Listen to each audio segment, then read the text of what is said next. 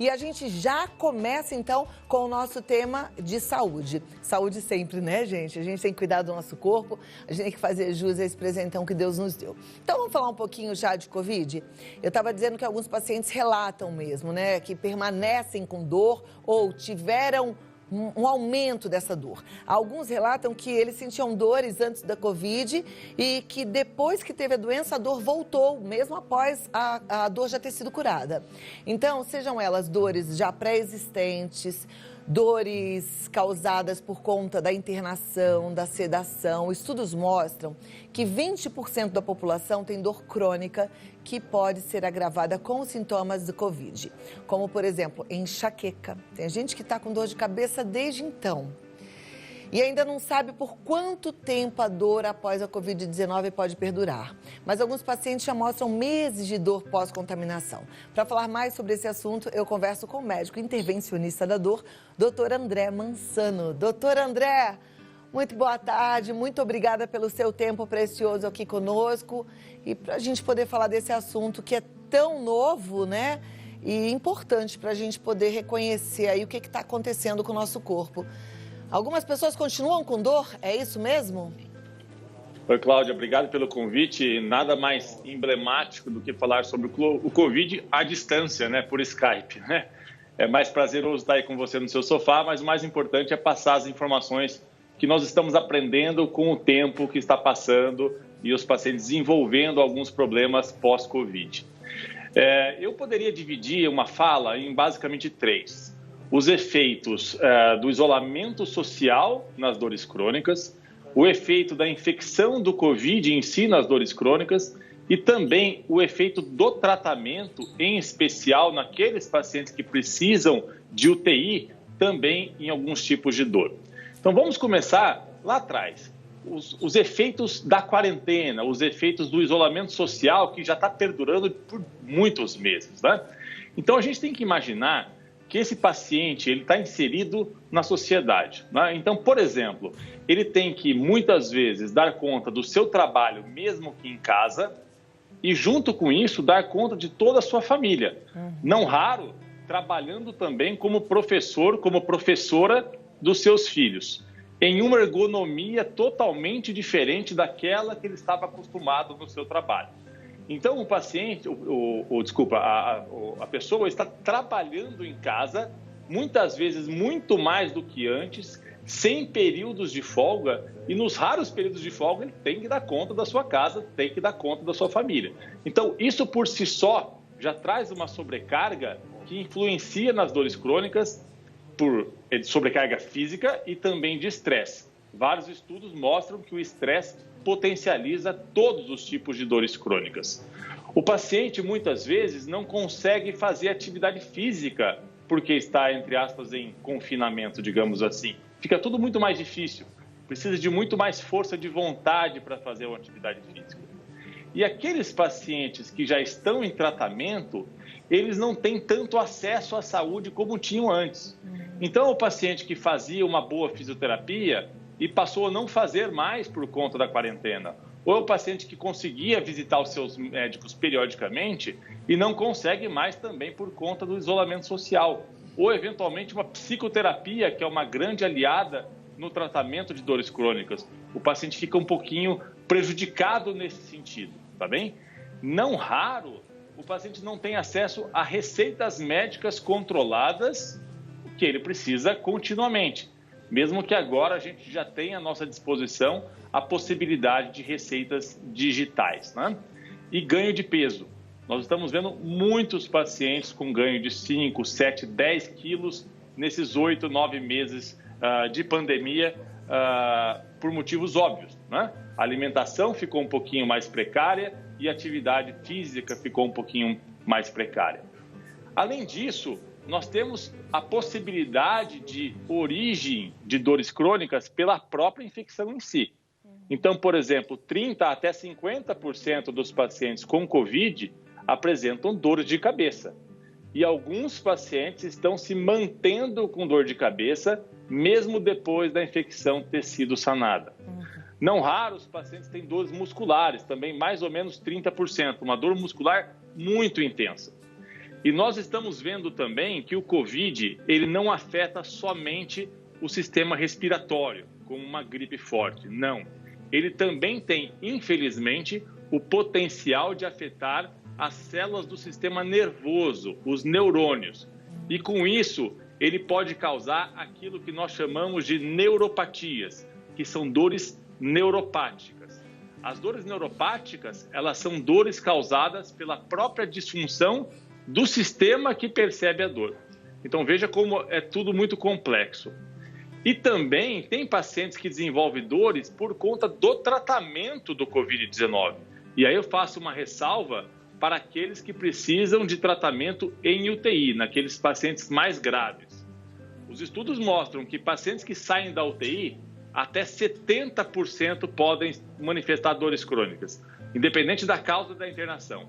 Com o Covid, isso parece ser ainda maior. Alguns fatores são muito importantes. Então, quando o paciente ele fica na UTI, na maioria das vezes, ele precisa ficar naquilo que a gente chama de ventilação mecânica.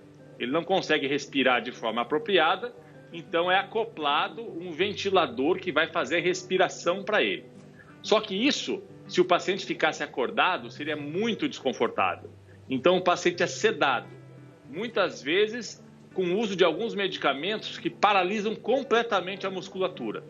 Então, imagina, se a gente ficar com um membro paralisado, esse membro atrofia. Isso é natural, isso vai acontecer em poucas semanas.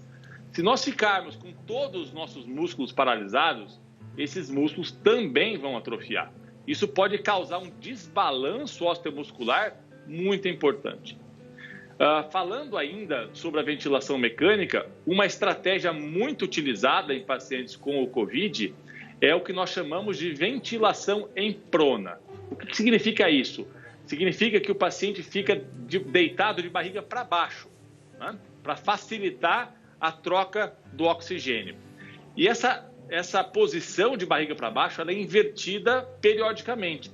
Então, essa manobra na UTI, repetidamente, em alguns pacientes, podem causar lesões dos nervos do braço, eventualmente luxações das articulações, em especial se o paciente tiver um sobrepeso, onde fica mais difícil virá-lo, né?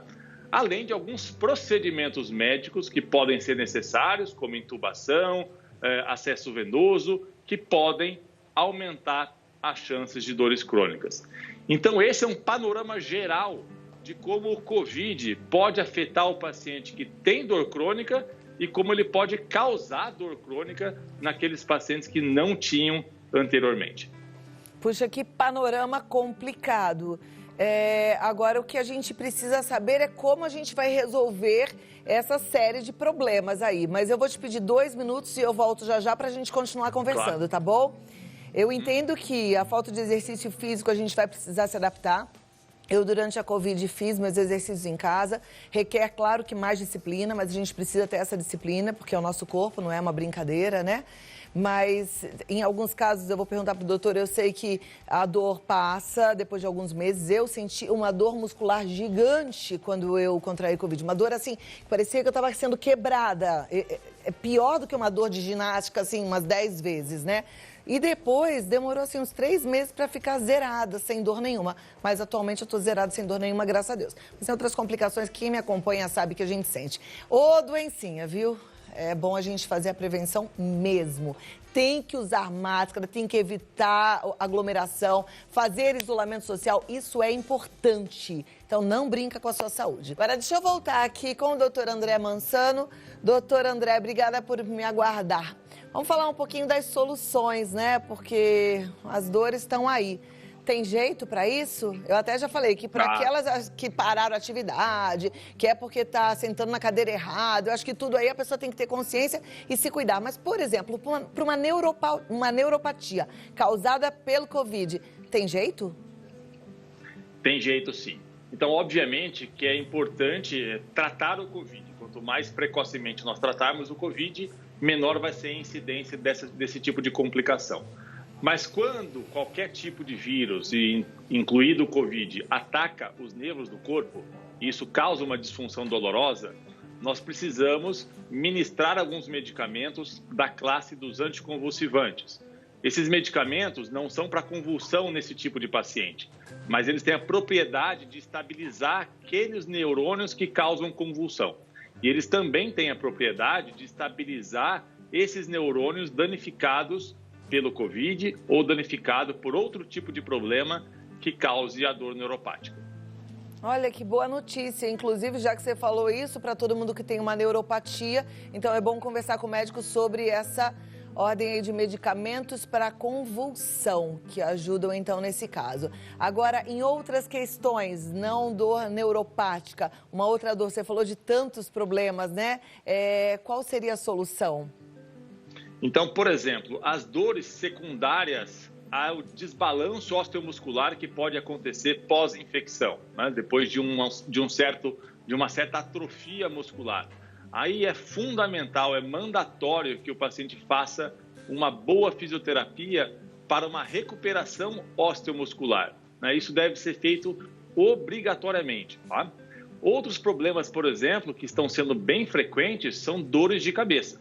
Dores de cabeça pós-Covid que se mantêm por muito tempo, tá? Muitas vezes nós lançamos mão de alguns medicamentos um pouco mais fortes para abortar, para eliminar esse foco de dor. Na maioria das vezes nós temos sucesso. Alguns pacientes têm dores de mais difícil controle e aí nós podemos eventualmente até lançar mão, até utilizar alguns procedimentos intervencionistas como bloqueio, infiltrações de alguns nervinhos da cabeça que estão sendo afetadas para aliviar esse tipo de dor. Ok, ou seja, tem solução. Quando você fala medicamento mais forte, seria um medicamento controlado ou um medicamento específico para enxaqueca? Nem sempre o padrão de dor de cabeça pós-Covid é de enxaqueca, né? Então, enxaqueca normalmente é aquela dor que é de um lado só da cabeça, pode ser dos dois, mas que lateja e está associado a náusea, vômito, o barulho e a luminosidade incomoda bastante. Nem sempre é esse o padrão de dor, né? Então, nós temos que avaliar o padrão de dor do paciente para saber qual tipo de medicamento tem mais chance de resolver aquele problema.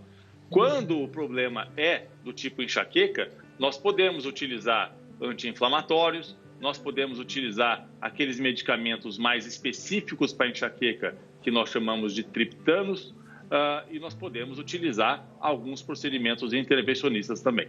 Ok, você falou que essas dores são causadas por uma inflamação aí nas células neurais.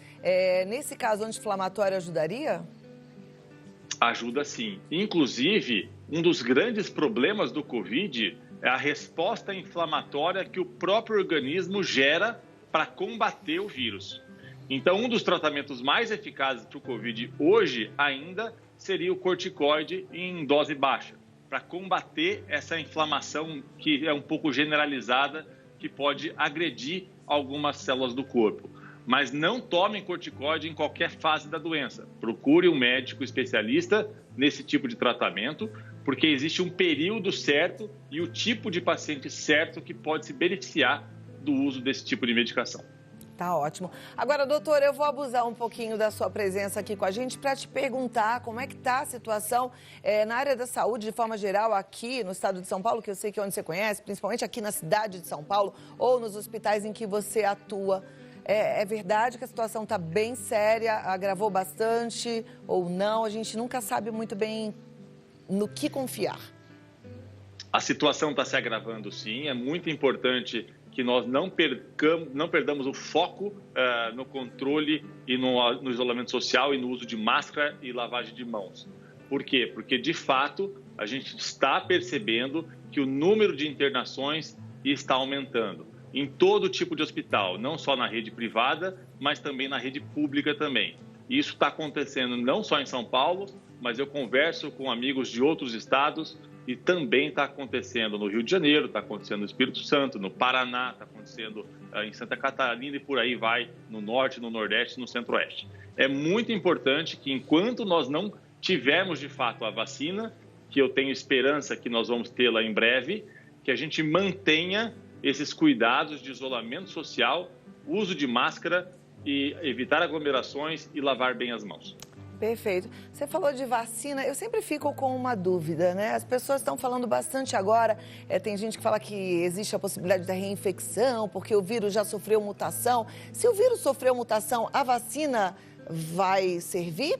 Se o vírus já mudou? Ela pode servir sim, até porque a vacina, embora não seja a minha especialidade, a vacina ela não vai usar o vírus inteiro, né? Então a vacina é feita de diversas formas. Uma das formas é pegar um pedacinho do vírus, né, para falar em termos mais práticos, para que o sistema imunológico, o sistema de defesa, crie uma pré-defesa para aquele tipo de vírus. E é quando o paciente tem o contato com o vírus real, o sistema imunológico já está pronto, né? A mutação, se ela for muito importante, ela pode, em tese, diminuir a eficácia da vacina. É por isso que nós temos que tomar a vacina de gripe, por exemplo, de tempos em tempos. Né? Então, nós vamos aprender ainda muito com relação a isso. É possível que nós tenhamos que criar um programa de vacinação que seja mais frequente para o Covid. Talvez uma vacina ou 2 doses da vacina não seja o suficiente para sanar o problema. Mas eu tenho muita esperança que quando surgir a vacina, vai apagar o fogo de forma bastante importante. E aí a gente vai controlando focos mais esparsos, focos menores e menos graves à medida que eles vão acontecendo. É o que a gente espera. Só para terminar, eu sei que não existe um consenso mesmo na classe médica, até porque eu estou tentando acompanhar todos os estudos científicos em relação à Covid-19, mas na sua opinião, nas conversas com os colegas, existe a possibilidade da reinfecção, mesmo em quem tem o IgG positivo, ou seja, em quem já tem anticorpos? Existe, Cláudia, mas é muito raro. Agora, o que precisa ficar bem claro?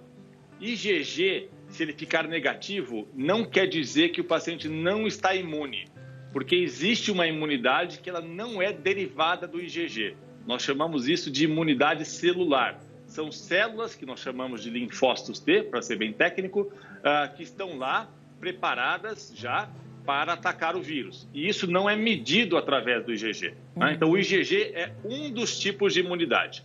Então, o fato do paciente, entre aspas, ter o IgG negativo futuramente, não quer dizer necessariamente que ele não está mais imune. Perfeito. Muito obrigada. Desculpa o abuso de entrar em outras áreas, mas eu sei da sua capacidade, da sua excelência, do quanto você é dedicado, estudioso, e te agradeço, viu? Médicos assim a gente deveria multiplicar aí pelo planeta. Obrigada e parabéns, doutor André Mansano. Obrigada, até a próxima. Obrigado pelas palavras, querida. Olha, o site é drandremansano.com.br. Você pode ter mais informações no Instagram, drandremansano, tá bom? Bom que a gente aprendeu um monte, né? Eu amei, abusei. Porque eu tava super querendo saber. Eu vou perguntar para todo médico que eu encontrar agora. Porque cada um tem uma opinião, mas a gente vai pegando o que um fala, o que outro fala, procurando estudos, né? Porque assim a gente vai abastecendo a nossa mente de um conteúdo sério.